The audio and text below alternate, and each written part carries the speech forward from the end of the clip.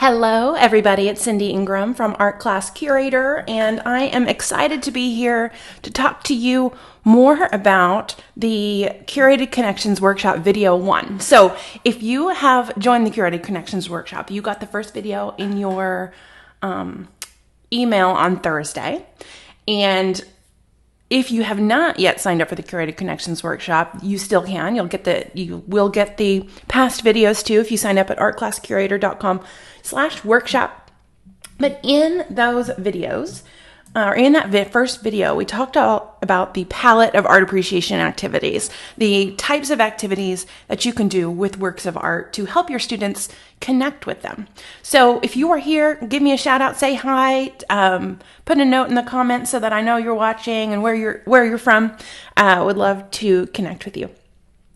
So before I get into the content and talk about some more examples of different learning activities you can do. Hey, Jackie, we are going to talk a little bit about the mindset piece. So in the video, I talk about how one of the main struggles that a lot of art teachers go through when it comes to adding more art into their classroom is the mindset, is the fear of the kids are going to revolt. The kids are not going to be happy that they're not making art. The mindset of, I don't know enough. I don't know enough about the art to make it a good art discussion. Or, there's these little psychological things that are keeping us from doing this. But we know that it's such a powerful thing to have these art connections with our students, and that this is something that can benefit them for the rest of their lives. So if we can get past our crap, I almost said a bad word on here. If we can get past that inside barriers that are keeping us from doing it, that is just one huge step of the hurdle. So it's all about getting in the mindset of, this is valuable. They're going to like this, that I'm passionate about this, that what I'm doing has immense value in the future of these children, and it will bring joy to my classroom. And if you can get to that place, that all of this is going to become immediately so much easier. So I hope you think on that. Think about what is really holding you back if this is something that you are not doing regularly. And if you are, kudos to you, and that's amazing. And we're going to give you a lot of more tools to do these activities. So what we're going to do is go through some of the activities. So in the video, I talked about the palette of learning activities: the theater, music, art making, games, writing. So what I have about 5 examples of different artworks that I've done with students. And so we're going to talk about those. I'm going to put them up on the screen and share some examples. So I would love to hear your feedback. I know I didn't announce I was doing this, so there's probably not a lot of people online right now on a Saturday afternoon.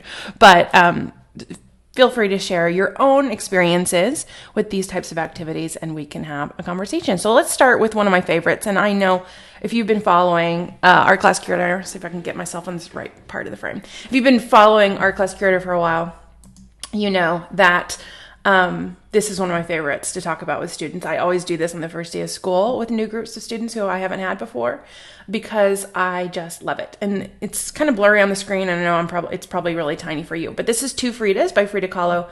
And this is one of the most powerful art discussions you can have. It's such a good artwork to discuss with students because there's just so much meaty stuff in there. There's a lot of different ways that the students can find ways in. They can have different types of interpretations. It's very complex. And it's a really perfect artwork to discuss with students.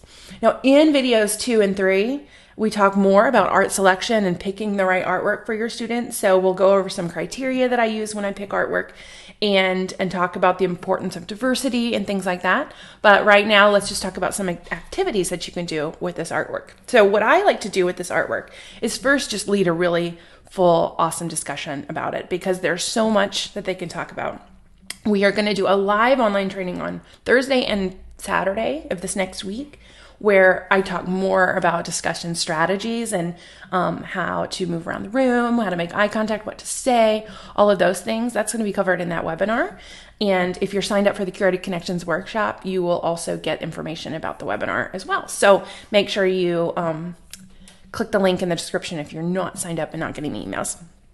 So after leading a discussion, we usually arrive at, there's a couple different theories, that they're sisters, that they are like separated twins, and that they were like separated at birth and they moved far away, and that's why they're in the different clothes. Obviously there's the two versions of the same person. They're the two parts of her. There's all sorts of different theories. So once they arrive then at their theory, and again, their theory is their theory. It doesn't have to be the correct theory. So it can have to be, they can end up at whatever place they want to end up at. And that's a really important thing, is that their interpretation is just as valid as anybody else's. So if they want to do the twin separated at birth theory, and that's their theory, then that's as true as anything. So then I have them write a script between the two characters. Now it gets a little bit, we do have to do some examples at the beginning, because they are going to do just like, hey, how are you? Oh, I'm fine. So we have the conversation of, okay, they already know, they've already greeted each other. They're sitting there holding hands. They've clearly already greeted each other. What else, what deep conversation would they have? And then write a script between back and forth. So that's a theater one. And then you can have them act it out if they choose. I don't make them act it out, because I think that's kind of cruel for your more shy students. That would have not been something that I would have liked to do when I was younger, because I was so shy. But I probably would do it now. But yeah. So that's a good theater activity, writing scripts between the characters, or writing monologues and acting them out if it's one character, acting it out like through silent mime type things. That's another one you can do. So there's a lot of things you can do with theater that are really fun and engaging, and different ways of thinking about the art, a lot of character development.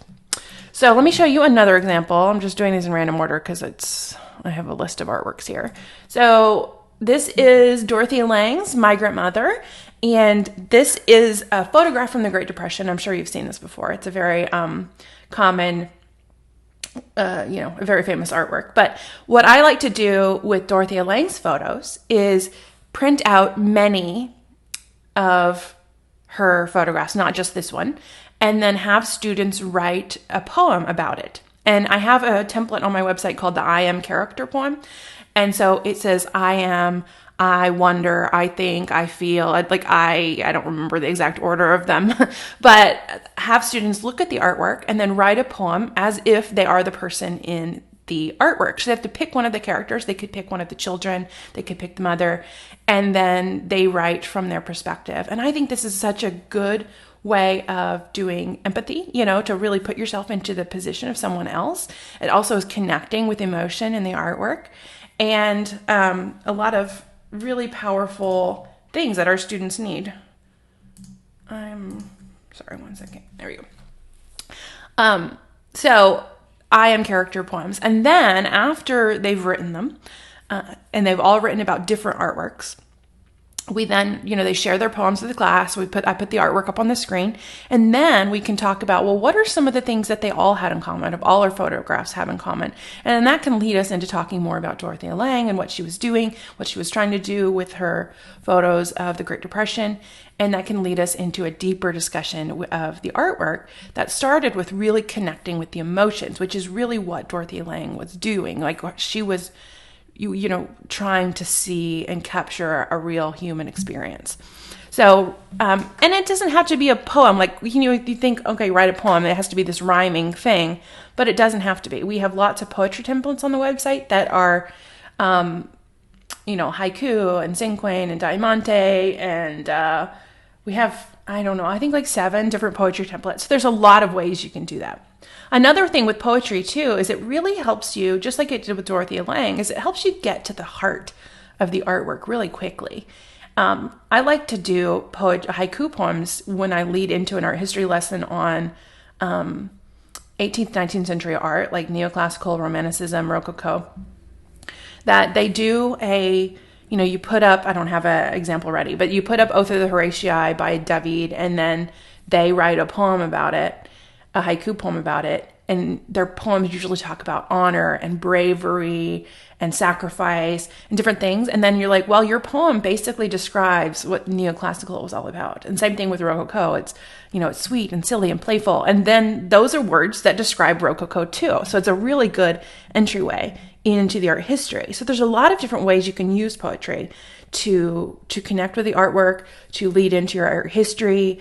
You can have, if you're doing an art project on some sort of theme, writing poems about artwork about that same theme then can get kids thinking in that theme. So there's all sorts of ways you can do this with writing poetry.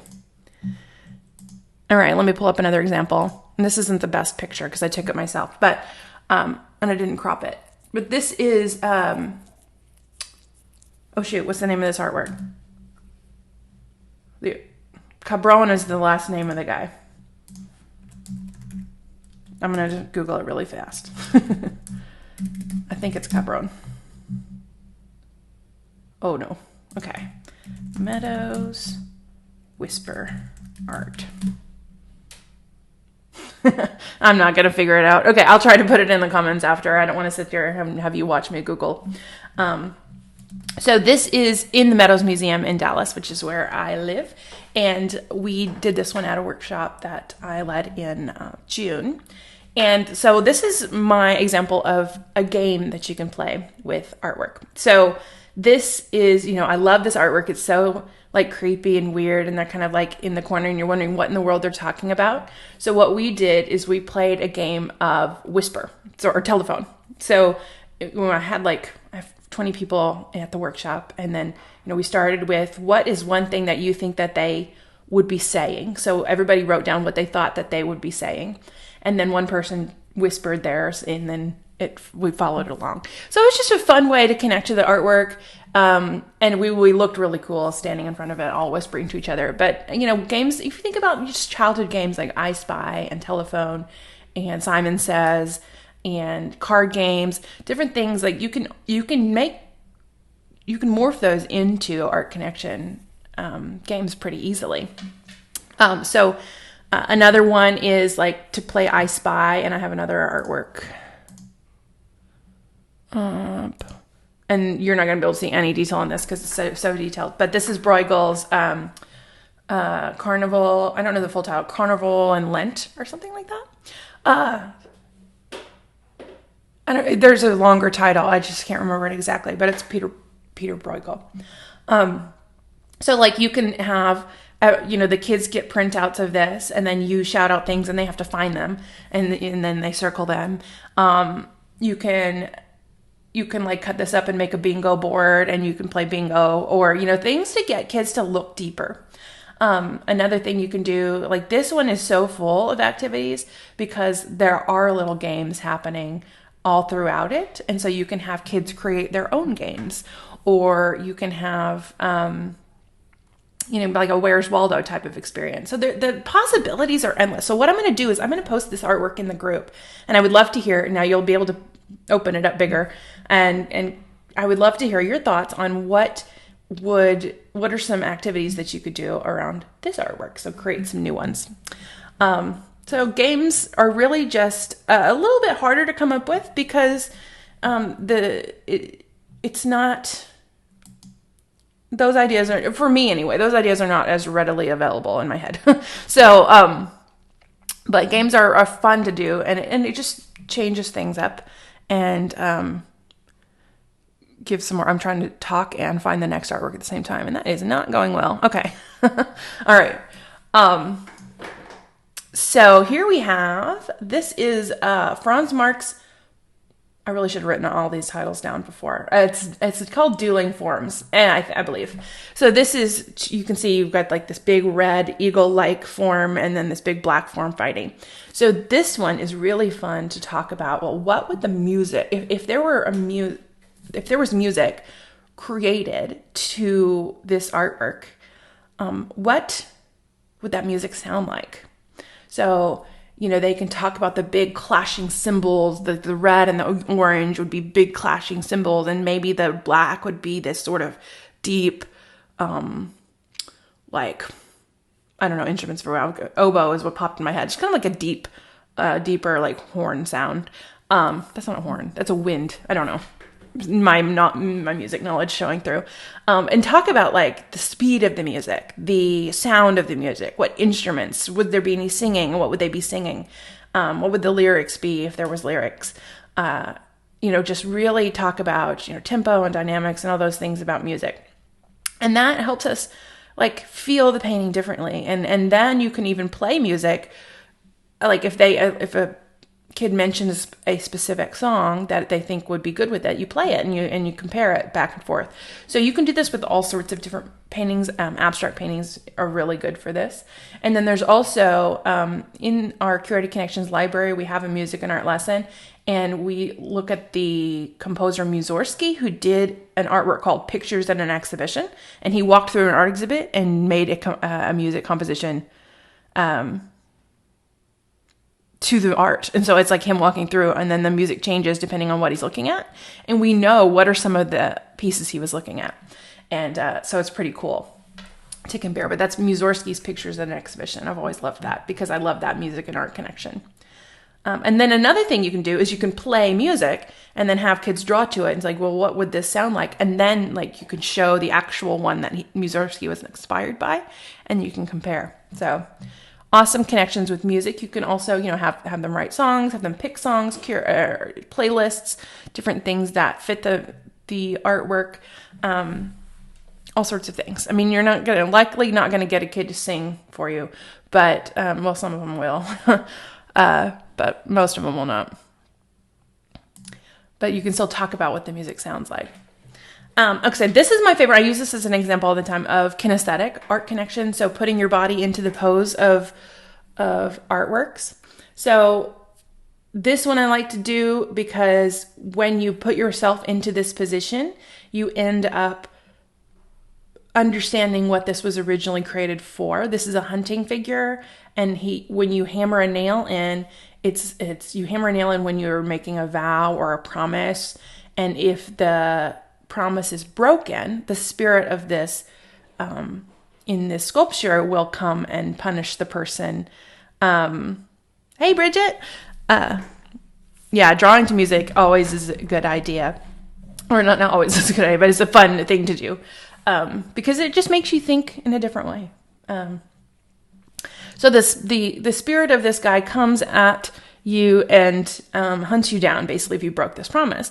And when you put yourself into this pose, a lot of times the students will be like, oh, I feel like this is my mom getting on to me. Or one kid actually went like this, and he was like a mean teacher. And I'm like, well, that's exactly what this is. This is someone being punished. This is someone, so that is a threatening kind of pose. And then that gives us deeper meaning to the artwork.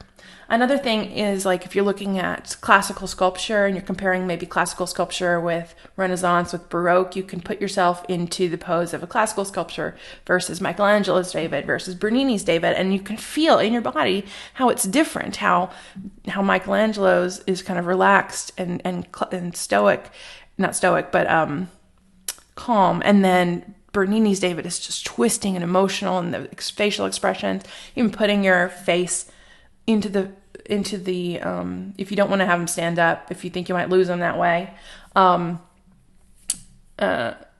them just do the facial expressions and talk about how that feels in an artwork. So there's a lot of it helps you sort of understand the artwork at just sort of this physical level. Having kids put, if there's multiple figures in a painting, having like 5 kids act it out, and then they can morph like what happens next and what happened before, so they can do a tableau of before, then they go into the tableau of what the painting is, and then they go into a tableau of what happens next.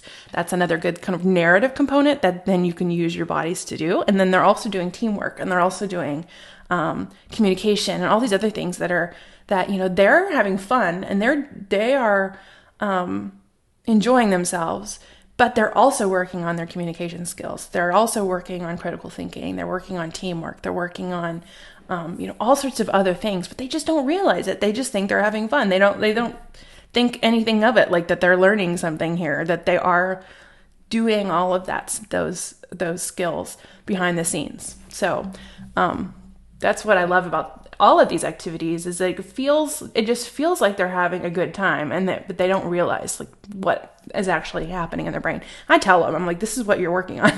If anybody ever says like, why are we not like learning? I'm like, you are learning, you just don't realize it. Okay, I have one more example, or is that all my examples? What's this one? Oh, I have it written down on a piece of paper. Games. Oh, no, I did them all. Okay, those are all my examples. So I have a lot more examples here. Throughout all of, if you go to artclasscurator.com, they're just, one right after another, different learning activities. This is what we do and what we love to do. So I would love to hear your ideas. Share them in the comments, or you can share them in the Facebook group. If you're not in our Facebook group, it's the Art Class Curator Collective. And hey, Rebecca. And then if you're not signed up for the Curated Connections Workshop, it's artclasscurator.com/workshop. The first video is already out, and the second video comes out on Monday. And then we also have that live training webinar I mentioned as well to talk about art discussion on Thursday and Saturday. So a lot happening in this next week. Thank you for everybody who has introduced themselves in the Facebook group and who's engaging with all of the questions we've been asking. There's a lot of fun, energizing activity happening over in the Facebook group that I hope you join and participate in. So thank you so much, Rebecca. I appreciate you too. This is super fun for me as well. So, okay, well, that's it for today. I might get on Facebook Live again tomorrow.